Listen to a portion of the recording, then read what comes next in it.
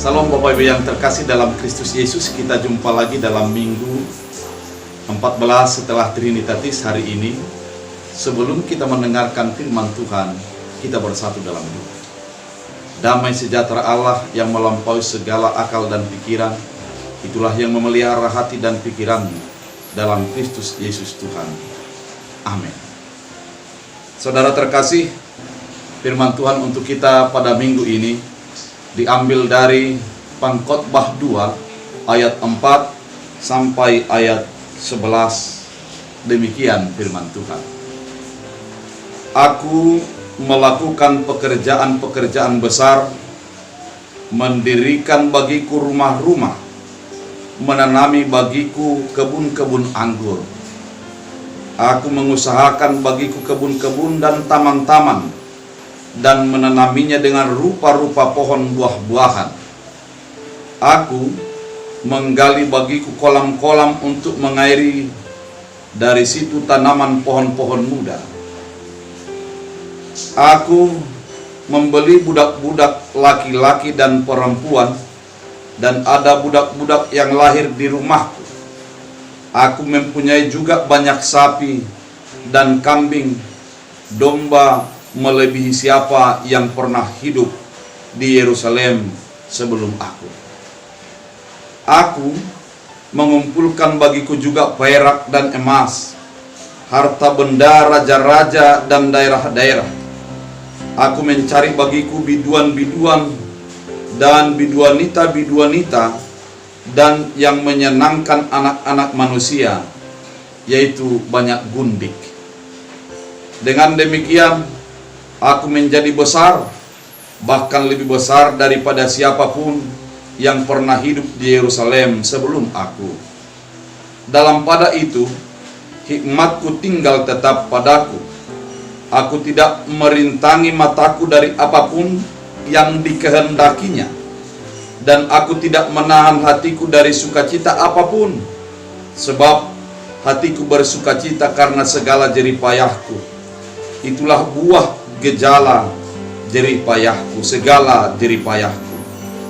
Ketika aku meneliti segala pekerjaan yang telah dilakukan tanganku, dan segala usaha yang telah kulakukan untuk itu dengan jerih payah, lihatlah, segala sesuatu adalah kesia-siaan dan usaha menjaring angin. Memang tak ada keuntungan di bawah matahari. Demikian firman Tuhan. Saudara terkasih dalam Kristus Yesus, firman Tuhan di dalam 14 Trinitatis pada hari ini diambil dengan tema kenikmatan dunia adalah kesia-siaan. Kitab ini merupakan kitab hikmat daripada Raja Salomo yang mencoba untuk memberikan pemahaman tentang kehidupan secara praktis yang tidak jauh daripada kehidupan umumnya manusia. Di dalam nats kita pada hari ini, berulang kali penulis mengatakan kata aku. Dia tidak menggunakan kata orang lain, ataupun dia tidak menggunakan sebuah contoh yang di luar dirinya, tapi dia merenungkan apa yang terjadi dan yang sudah dilakukannya dalam kehidupan. Saudara terkasih dalam Kristus Yesus, kalau kita membaca mulai ayat 4, ayat 5, ayat 6, ayat 7, ayat 8, ayat 10, kalimat pertama yang digunakan adalah kata aku. Dia menunjukkan kehebatannya, dia menunjukkan egonya, dia menunjukkan eksistensi yang dilakukannya sebagai orang yang mencari kenikmatan dunia, yang melakukan segala aktivitas sebagaimana manusia normal di dalam kehidupan sehari-hari.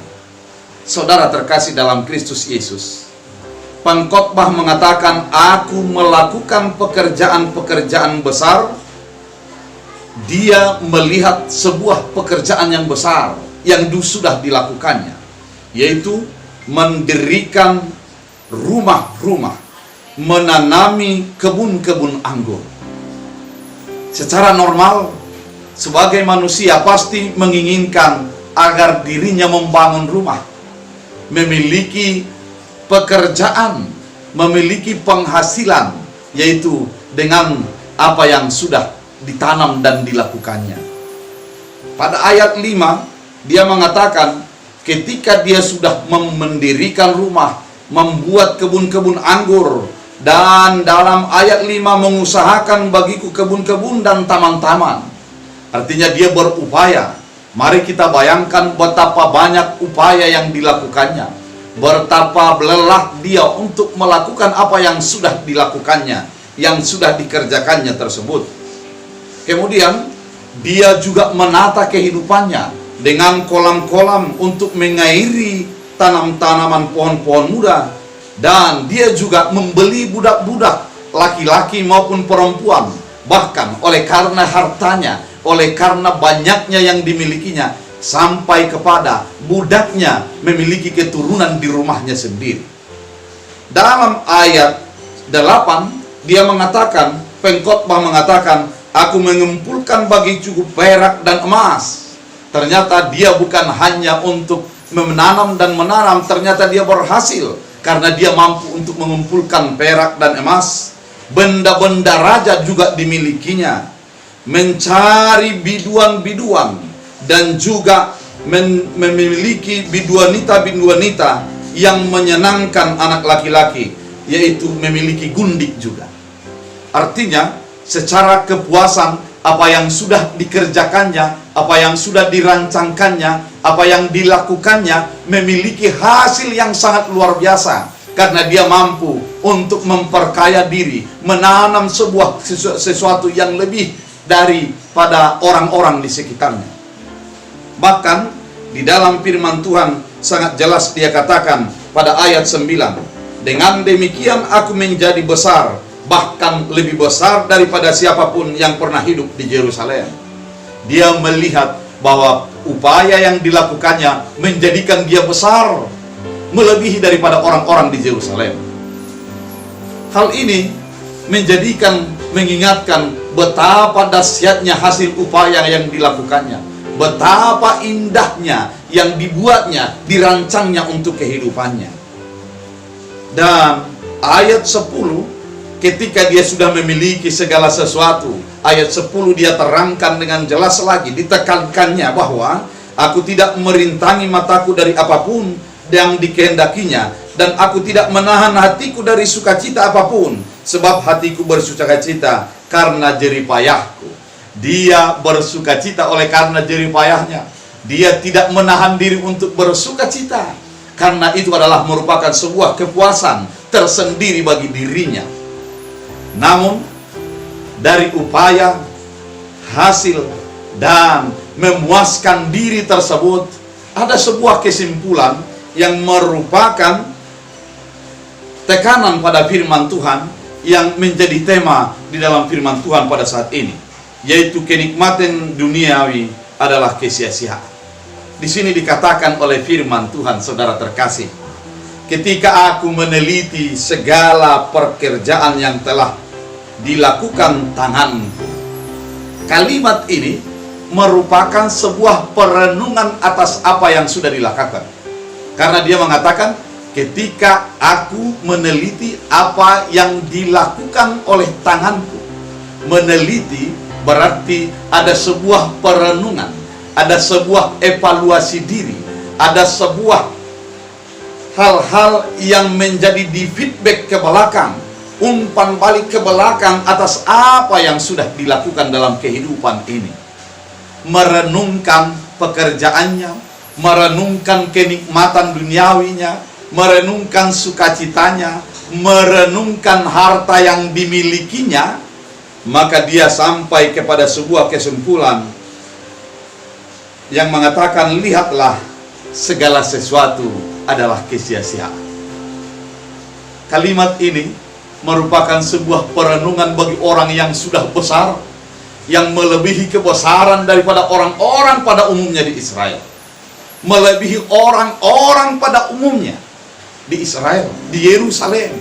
Artinya dia adalah orang yang sudah luar biasa, yang berpengalaman, yang memiliki sebuah kuasa, memiliki sebuah kebahagiaan yang melimpah menurut ukuran kebanyakan orang. Namun dia sampai kepada kesimpulan bahwa lihatlah, segala sesuatu adalah kesia-siaan dan usaha menjaring angin. Segala sesuatu adalah kesia-siaan dan upaya menjaring angin. Apa yang menjadi sia-sia?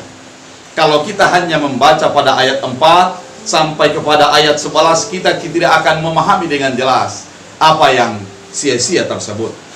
Namun, kalau kita mencoba melihat kepada ayat 21, maka mulailah kita pahami bahwa apa yang menjadi sia-sia menurut ukuran daripada pengkhotbah. Sebab, kalau ada orang berlelah-lelah dengan hikmat, pengetahuan, dan kecakapan, maka ia harus meninggalkan bagiannya kepada orang yang tidak berlelah untuk itu. Ini adalah sebuah kesia-siaan yang pertama. Artinya, ketika kita berupaya untuk mengumpulkan harta, ternyata harta itu yang menikmati adalah orang yang tidak berusaha untuk harta itu. Bisa anak kita, bisa orang di sekitar kita, bisa orang lain yang tidak ada hubungannya dengan kita. Dialah yang menikmati harta kita, bukan orang lain. Ketika kita mencoba untuk mencari kebahagiaan dalam dunia ini, itu hanya kesia-siaan. Kenapa? Kebahagiaan itu tidak menjadi kekal, hanya karena akan ada masalah-masalah yang lain yang mencoba untuk merongrong hati, pikiran, perasaan kita, dan kita tidak bisa untuk bahagia, bertahan berbahagia dalam keadaan lama. Saudara terkasih dalam Kristus Yesus, dia juga melihat apa yang diupayakannya itu adalah kesia-siaan, yang dikerjakannya itu adalah kesia-siaan. Ketika kita sudah menjadi tua, sudah menjadi lelah, kita akan melihat bagaimana harta yang kita bangun dan usaha yang kita bangun akan kita tinggalkan kepada orang yang mungkin menjadi kita ragukan untuk melanjutkan apa yang sudah kita kerjakan tersebut. Kita akan menjadi mulai gundah dalam perasaan kita bagaimana nantinya usaha yang akan dibangun ini, yang sudah kurintis dengan jerih payah ini. Maka itu adalah sebuah kesia-siaan. Kemudian, kalau kita mengatakan bahwa ketika kita memiliki menjadi banyak orang yang menolong kita, banyak orang yang menjadi membantu kita, menyokong kita, itu adalah merupakan kesia-siaan. Kenapa? Ketika kita tidak memiliki apa-apa, maka mereka akan meninggalkan kita di dalam derita kita, di dalam pergumulan kita. Tidak ada orang yang peduli dengan kita. Saudara terkasih dalam Kristus Yesus, maka upaya itu adalah sebuah kesia-siaan. Ketika yang kita cari, yang kita lakukan adalah untuk menjadi mengumpul harta. Mari kita ingat, yang kita kumpul itu ternyata bukan menjadi milik kita. Akan kita wariskan kepada orang yang tidak berlelah untuk harta itu. Ketika kita mencari kebahagiaan dalam hidup ini, ingatlah bahwa kebahagiaan itu akan cepat berubah menjadi duka cita. Dan ketika kita mencari dukungan sorak-sorai daripada orang lain, hanya sesaat saja. Jabatan hanya sesaat saja, diukur dengan waktu. Ketika waktu sudah berakhir, maka jabatan itu akan berakhir. Yang dulunya kita akan dihormati, akan menjadi diabaikan oleh orang-orang yang ada di sekitar kita. Untuk menjadi kalau kita melihat bahwa apa yang kita miliki ini adalah sebuah kesia-siaan, apa yang dinyatakan oleh pengkhotbah pada firman Tuhan di dalam lanjutan daripada nats ini dikatakan pada ayat 24. Ayat 24 dikatakan, tak ada yang lebih baik bagi manusia daripada makan dan minum dan bersenang-senang dalam jerih payahnya. Aku menyadari ini pun dari tangan Allah. Ini adalah kalimat yang perlu untuk kita ingat. Di mana apabila kita mencapai sesuatu, jangan menjadi menyenangkan ataupun berpuas diri terhadap diri sendiri. Karena kita ingatlah, semuanya itu dari tangan Allah. Jabatan itu dari tangan Allah, dan melayanilah melalui jabatanmu kepada Allah, pemberi daripada jabatan itu. orang-orang di sekitarmu yang mendukungmu adalah membukakan pemberian Allah, maka layanilah orang-orang di sekitarmu untuk menunjukkan Allah dalam kehidupan. Kemudian apabila Anda memiliki harta, muliakanlah Allah melalui harta. Karena ketika itu kita lakukan, maka kita akan menyadari, dan di dalam batin kita menyadari bahwa harta itu juga adalah berasal daripada Allah. Saudara terkasih dalam Kristus Yesus, ketika Allah menjadi diam di dalam hati kita, yang pasti sukacita kita itu akan bertahan lama. Tidak diukur dengan situasi, tidak diukur dengan keadaan, tidak diukur dengan materi, tapi diukur daripada Allah yang sang pemberi sukacita dalam kehidupan kita. Bapak Ibu yang terkasih dalam Kristus Yesus, mungkin masih banyak orang yang masih mencari kenikmatan dunia, yang masih berupaya keras untuk mencari apa yang terbaik bagi kehidupannya. Namun pengkhotbah mengingatkan kita pada saat ini, segalanya adalah kesia-siaan. Yang tidak sia-sia adalah ketika kita mencari Allah dan menemukan Allah dalam pekerjaan kita. Hasil daripada pekerjaan itu mendatangkan kebaikan dan sukacita yang lebih lama bagi kehidupan kita. Saudara terkasih dalam Kristus Yesus, firman ini begitu keras menegur kita agar berubah orientasi daripada mencari kenikmatan dunia menjadi kenikmatan bersama dengan Allah. Dari mencari kepada harta dunia, mencari harta di sorga yang menjadi bahagian bagi orang-orang percaya. Oleh karena itu, mari tetap melihat kepada Allah di dalam apa yang kita dapatkan, melihat kepada Allah di dalam apa yang kita kerjakan, melihat kepada Allah di dalam segala hal yang ada di dalam kehidupan kita. Ketika itu terjadi, maka melimpahlah sukacita dalam hidup kita, dan terpuji termulialah Tuhan di dalam segala hal yang ada dalam kehidupan kita. Harta dunia adalah kesia-siaan. Dalam tema kali ini dikatakan bahwa kenikmatan dunia adalah kesia-siaan. Namun ketika kita tetap bersama dengan Allah, di sanalah kebahagiaan, kenikmatan abadi akan kita dapatkan. Biarlah segala apa yang kita lakukan tetap untuk memuliakan nama Tuhan. Tuhan Yesus memberkati kita bersatu dalam doa. Terima kasih Tuhan atas firman-Mu mengingatkan kami bahwa kenikmatan dunia adalah kesia-siaan.